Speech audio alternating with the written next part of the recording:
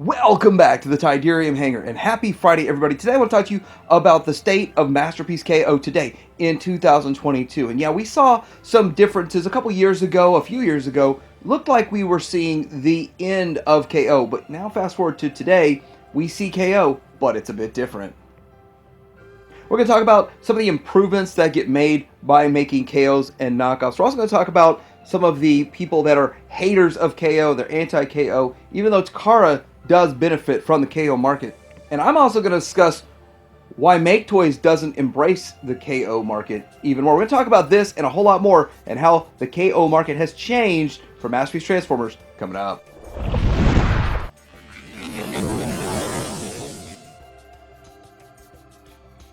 So as you see in my thumbnail, this chart, or this little diagram that I've kind of put together, kind of shows the differences between 2018 and 2022.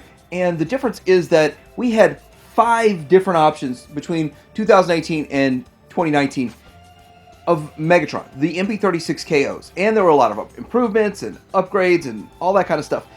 Fast forward to today, we've got 2 companies making Seekers, but only 1 company making the other versions of other figures. So we've got 1 company making MP44, but a bunch of different colors. We got 1 company coming out making RC, and yes, I think it is just that 1 company. We're going to talk about that. And we also only have 1 company making Hound. There were supposed to be 2, but one of them got canceled. The show Z1, one of them got canceled.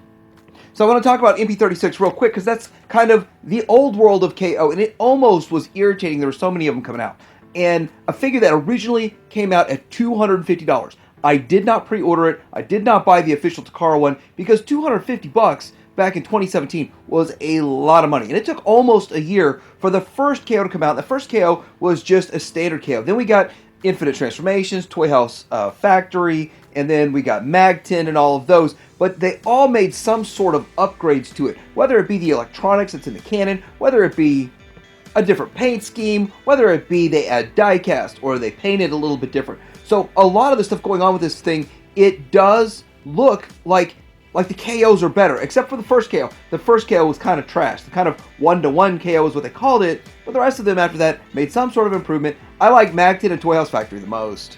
Now, with only 1 company making the MP44, there are multiple options with that company to get different color schemes and all this kind of stuff, but still, it is not as good as MP44. There are some improvements in some ways with some of the ratchets and the inner workings and stuff, but there are still reported issues with some of those. Now, I've got 2, and I can feel like they're a little bit cheaper, and they don't present as well without the paint. But some people like the fact they're not painted.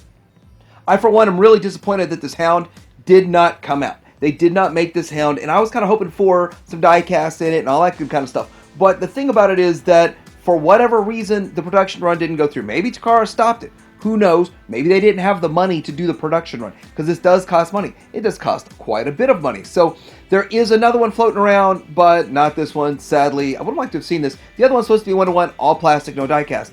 This one was supposed to have die-cast. So one of the things that is coming out is RC. So this is a KORC, $80 instead of $160 or whatever, or $140. I can't remember what she was originally, but she's supposed to have some improvements, and we actually have an update this week on the RC project for the KO. Here's the packaging for this. Is the RTO1. This is Robot Rose. So kind of interesting, kind of cool. Rose in toys. So maybe this is their first figure out the gate. Of course, maybe this is a company that's on its 8th name. We don't even really know that. We just don't know. We know this figure's coming. We know the price, and so we're gonna roll the dice with the price. I am, at least.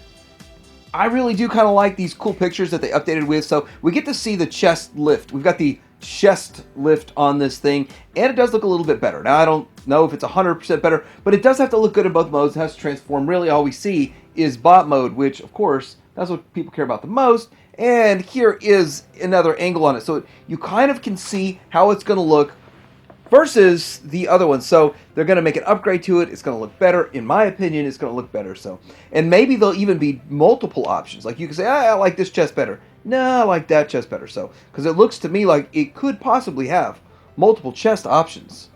So I do kind of think this is what it's going to look like, and it's subtly improved. I don't know if it's a massive improvement, but it is better than what they had going on before. So I'm hoping for the best with this character and this figure, and I do think the original one was okay. And I do admit that the chest was an issue, and I think the other big issue is that big old ginormous backpack. And frankly, I would like a way, an option to remove that backpack and maybe turn the backpack in with a couple extra parts into an alt mode and have two separate characters in RC's case. I don't think that's really a good idea to do with all of them, but with RC and with Unicron, those work really well.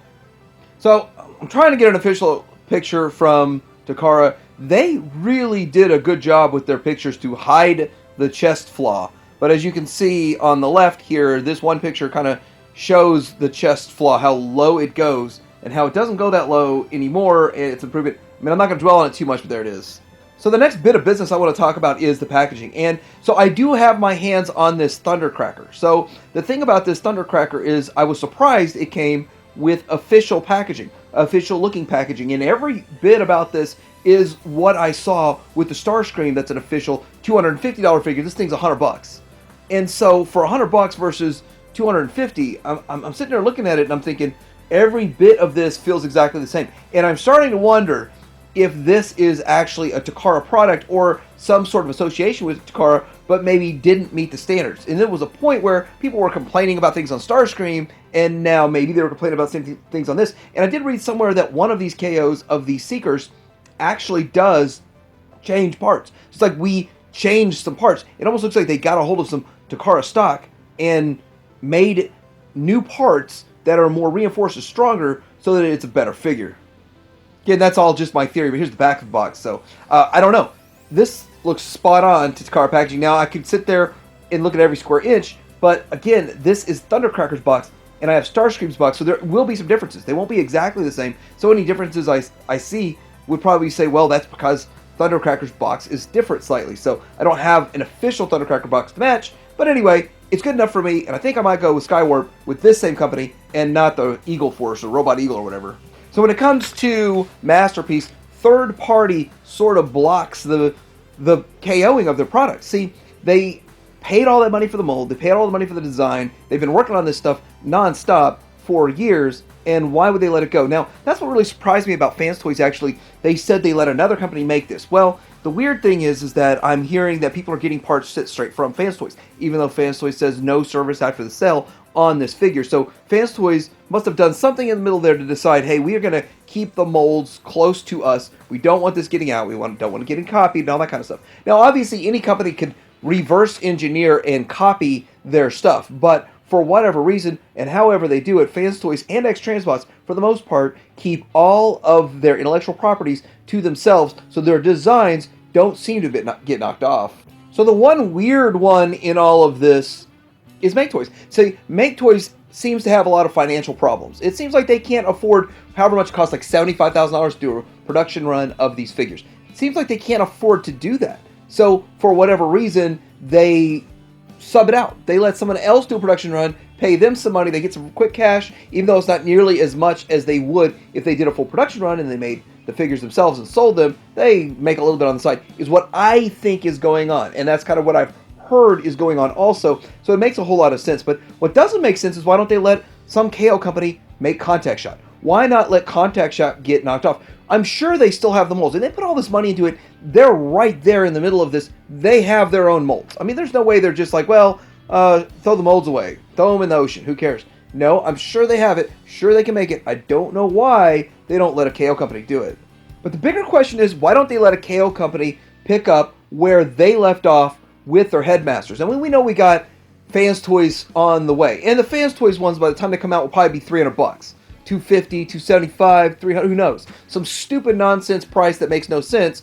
But why not get these out for under $100? Like, let a KO company do it. Let them make 25,000 of them. I mean, that's what KO companies do. That's part of how they get them so cheap. They make so many. It's just a ridiculous amount of them that it just floods the market. Everybody's satisfied. Everybody's happy. Everybody's making money. And everybody's saving money. So why not do it with these? Why not? I mean, why does Make Toys not put these out? They've already got prototypes. They already have them in real world form years ago. But yet they still don't do it. And this would be a smart move for them. Heck, even if they make $5,000 or whatever, why not do it?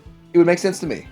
So the next thing I want to talk about is this KO upscaling and downscaling, upsizing, downsizing. So one of the things most recently with Magic Square, gets upscaled. So when you look at these companies that make upscaled product, the McFans toys of them and all of that stuff that's going on, and what was going on with this guy here, it's always Magic Square. It's never New Age. And there's something about that. So why is it Magic Square gets the upscale from Legends to, this is really, really close to mainline. It's a mainline scale. It would work okay with your Hasbro stuff that's on the shelf right now.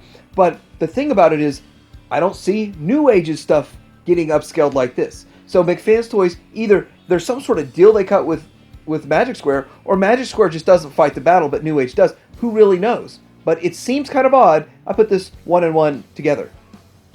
So I still don't know what's going on with this downscale Sharkticon. It seems like there's a mainline Chug Sharkticon that's getting scaled down to Legend scale. Doesn't make sense to me. I don't really understand or know what's going on with it. But still, it's kind of cool. It's kind of interesting. How they get away with it? Well, they're pushing it.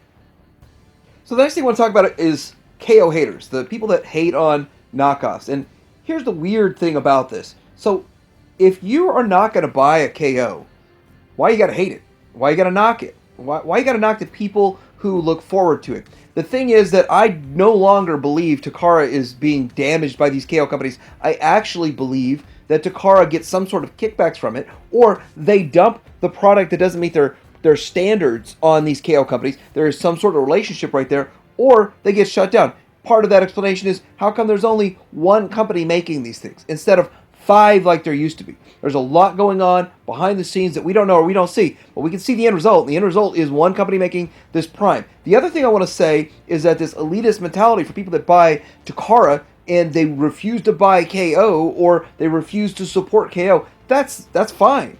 But you don't need to knock anybody else that does. See, I bought the original, this $450 one. It cost me $328 or something, but I bought it when it came out. And I looked forward to the KOs to see if they made improvements or the differences. Still to this day, the official Takara is better. It's better painted. It looks better. In my opinion, the Takara Optimus Prime, the MP44, is the best one out there. The KOs are doing some things like flattening the back, but I still think it's the best.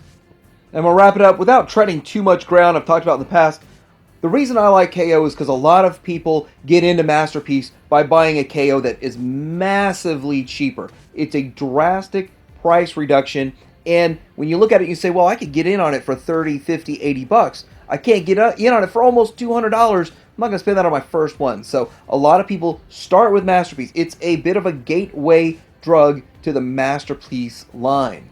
It also gives collectors that bought the original an option to get a different version or something that's slightly different of the same figure they already love without having to drop another $250 or $450. They could get cell shaded and they could get all the different iterations if the KO companies are willing to do all of that, which most of the time they are.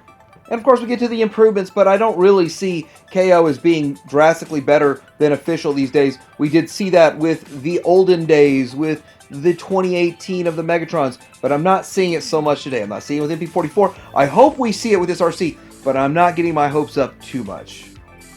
But let me know what you guys think about the state of KO in 2022. Have you noticed these differences? Have you noticed these changes? Are you one of the elitists that don't care? I mean, you are who you are.